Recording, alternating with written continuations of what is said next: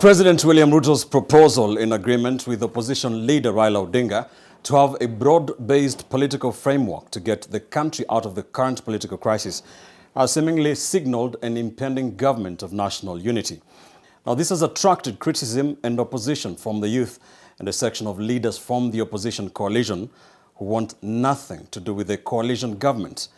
NTV's political affairs reporter Vincent Oduor tells us more.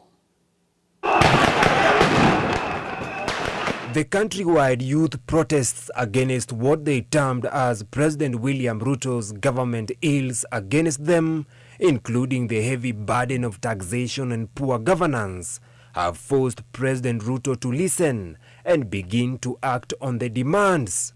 He also teamed up with opposition leader Raila Odinga, and both agreed to hold a national dialogue forum to resolve the grievances of the citizenry. This is the third time Odinga, by virtue of his political capital and influence, is showing up to seemingly save a sitting president. During the 2007-2008 post-election violence, Odinga joined forces with President Mwai Kibaki to form a government of national unity to calm the situation.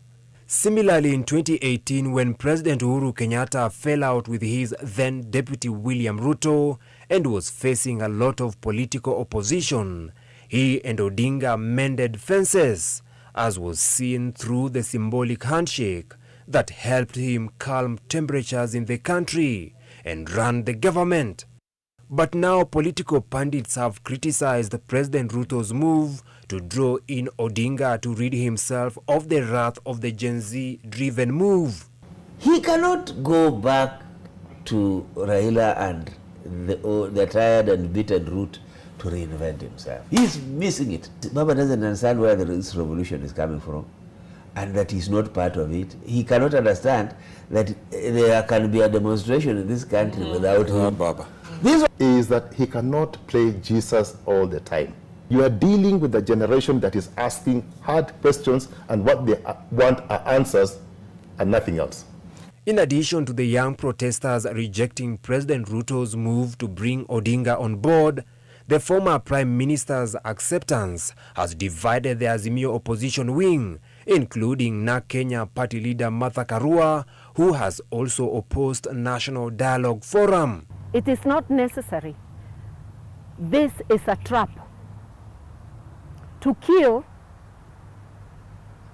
the clamor for accountability and reform by the Gen Z.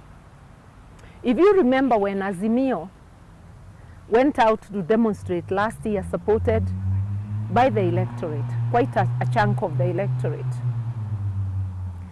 Ruto called for dialogue. And our Azimio leader Raila met him in Mombasa, and they agreed on dialogue, an uncomfortable dialogue that after a whole year, because they finished, the NADCO report came out in December. What did it have? The number one priority was cost of living. It was a complete fraud on the people. And we said it here on the 7th of December 2023, and we rejected it. It did not contain the cost of living. As a core principle in Azimio, were you invited or consulted with regards to the decision of forming this national dialogue forum? I would not be invited because they know my stand. I am not part of those NADCO talks. We disowned them in December. And I would not share a platform with Ruto and his regime. Last time I checked in Azimio, we did not recognize Ruto as the president because we were telling him, proof you were elected, we have new information, open the servers. Where in NADCO did we say that now we have recognized? Those are unilateral actions of individual Azimio leaders. There are reports that a government of national unity is in the offing. Would you agree to be part of such a government if you are invited? I wouldn't be part of it, definitely.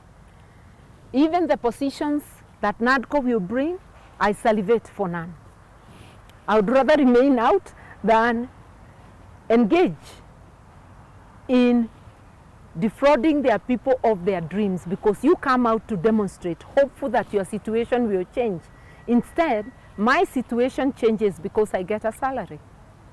That's really not what serving people is about. There must be a larger goal than the self-interest.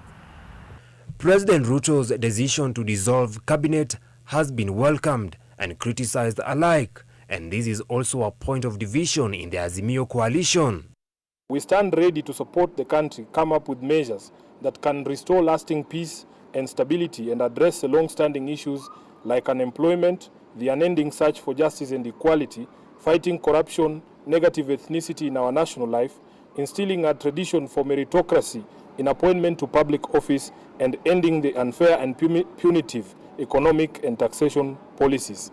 Even though the president has dissolved his cabinet and rejected the 2024 finance bill, still the young protesters have maintained that he has not finished implementing all their demands, with some saying that he must also leave office. Transitions require clear goals, clear communication, a clear roadmap. So the question he needs and the consultation he needs quickly is to put that in place. But he needs to read the writing because he's misread it all along.